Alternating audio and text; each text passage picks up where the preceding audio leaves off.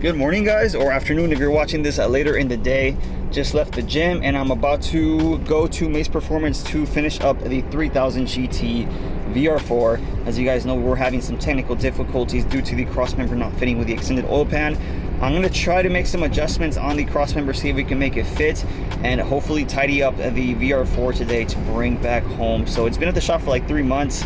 It's been too long. I'm ready to take this thing back home and just start taking it out to Cars and Coffee, car meets, and hang out with the other 3S guys, which, by the way, we should be hosting a 3S meet or beach cruise or canyon cruise, not sure yet, but it's coming super soon out here in SoCal. So if you're in SoCal, you have a 3000GT. Stay tuned on Instagram and I'll be keeping you guys up to date once the car's back home and I finish putting the combat wing on to have it ready. So all that's left to finish up this car, as you guys can see, the crossmember was hitting the oil pan right here, as you guys can see. So I'm gonna try to see if I can bend this outward. It looked like the lip is slightly bent upward. I have to finish putting on this crossmember here. It's not fully on. Besides that, I have to tighten the downpipe. It's not fully on either. Took off the crossmember. As you guys can see here, it looks like it is slightly bent upwards. I'll put this against the curb and we're gonna hammer this piece. The super chilling outside. Let's lay this here. That's looking a lot more flush. Let's go test fit it and see if it fits now.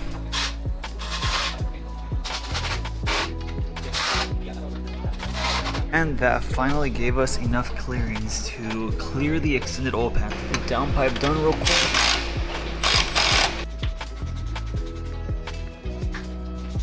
Where we're gonna end up using liquid moly high performance gear oil.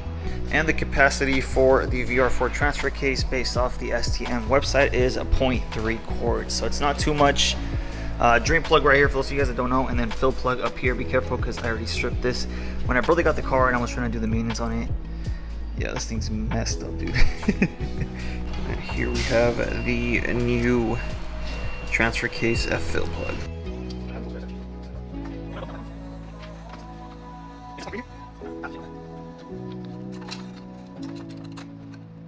The transfer case is now filled up and the bolt is tightened and replaced with a new crush washer. Just take it slow pumping this thing in, because if you go too fast, you're going to start leaking fluid everywhere.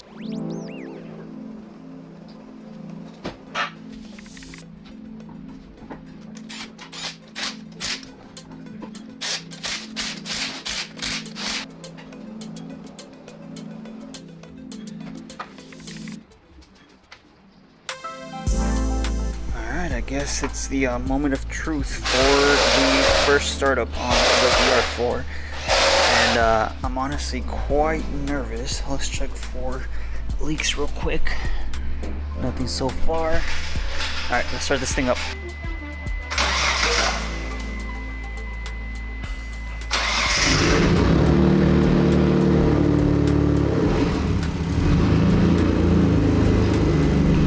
So the car sounds good. No oil leaks so far. This is honestly the quietest this engine's ever sounded like. Alright, so quick update. The car died and it started leaking fuel from the fuel filter right where this part of the fuel filter connects to. So I'm going to tighten this up, and then I also saw a slight leak on the transfer case fill plug. So I'm going to go ahead and make sure that that's tightened. As far as oil leaks on the oil pan or anything else, I don't see anything. Oil return line gaskets for the turbos are good, and everything looks good otherwise. But either way, I do see the light at the end of the tunnel. So much stuff has been done to the car over the last couple months. Whoa there, buddy. All right, come on.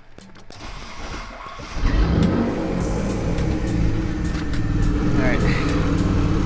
So just to kind of show you guys, pressure regulator pressure right now is set to around 47 or so. I removed the vacuum line and it goes up to 60. Alright, so I went ahead and got in contact with a couple 3000GT buddies.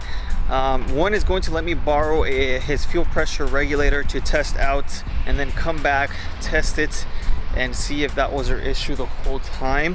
And I'm also going to go pick up the Acura RSX that I just recently traded for one of my Eclipses, because we are officially selling the daily, the Toyota Camry is finally being sold. It is what it is. So let's go pick up the RSX and we'll come back with the fuel pressure regulator.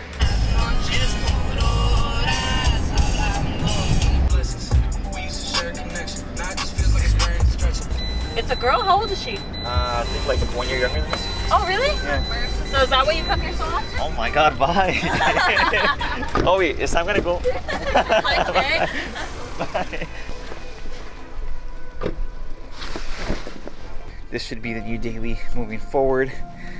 And I'm currently not excited as it looks like a huge eyesore, but hopefully soon we're able to get this thing looking proper and nice. Alright, so I just picked up the plate frames. Check them out. I have the 3000 GT Race Legacy one. I went ahead and got the regular Race Legacy Build Drive Inspire plates. And of course from my Evo and DSM guys. We got the Evolution one right here and the DSM one right here. So I ordered not too much. I kind of want to see your guys' interest. If you guys are interested in the plate, you guys get first dibs. So I won't put this anywhere else. It's just going to be based off this video only. And if you guys want custom plates, I did get this from a fellow 3000 GT owner. I'll go ahead and put his Instagram right here in the corner for you guys. And yeah, I'm pretty hyped to put these on my cars. And I finally have a set of custom plate frames for Race Legacy. We just picked up the Automotive fuel pressure regulator from Anthony, a fellow 3000 GT buddy out here in SoCal. Okay, connect the line, should drop down to, yep, just about 37 there. Look at that, Gabriel pulled up. Damn. All right, so this thing died.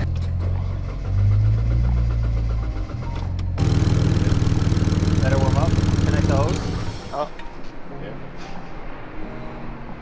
Luckily, Aaron has an extra OEM Mitsubishi Evo 9 fuel pump. I think it's the same setup.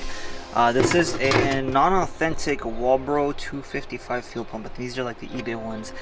I don't trust it. I'm gonna go ahead and just try swapping it over and see if that fixes your issue. Okay, lines unplugged. 43. Okay. Line's plugged in. You guys can see that it's set to pressure. Let's go ahead and let it warm up a little bit and see how the car reacts.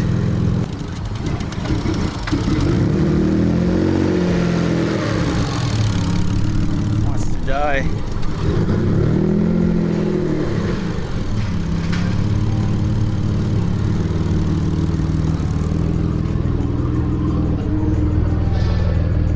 No external leaks by the fuel pump.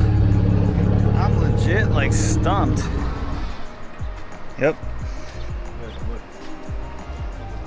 Now it's holding pressure though, huh? So previously it was actually dropping pressure immediately after it died. It's holding fuel pressure, but the car's still dying. We ended up getting 3 codes, which lead to the P0340 camshaft position sensor, P0335, which is a crankshaft position sensor, and a P0110, which is the intake air temperature. This kind of leads us in the right direction as far as what it could be. Full on run mode. As you guys can see, we're throwing the check engine lights for the cam and crank position sensor. I'm gonna go ahead and order them, and as soon as they come in, I'll come back to the shop and I'll give you guys another 3000 GT video. Unfortunately, it is what it is. It happens, and this thing's just the biggest money pit because I have to keep throwing money at it just to keep it running. So I guess it's part of the game. Unfortunately, Aaron does have to go out of town for the rest of the week, so it will be a while, probably next week until I come back, swap those 2 out, and hopefully, I don't even want to promise you guys anymore because at this point I don't know what's going to happen next. This is slowly turning into a DSM, and I know these are pretty reliable, but hopefully after this thing's extremely reliable and I don't have to worry about any other issues down the road. So hope you guys enjoyed the video. Make sure you like, comment, subscribe, and I'll see you on the next one.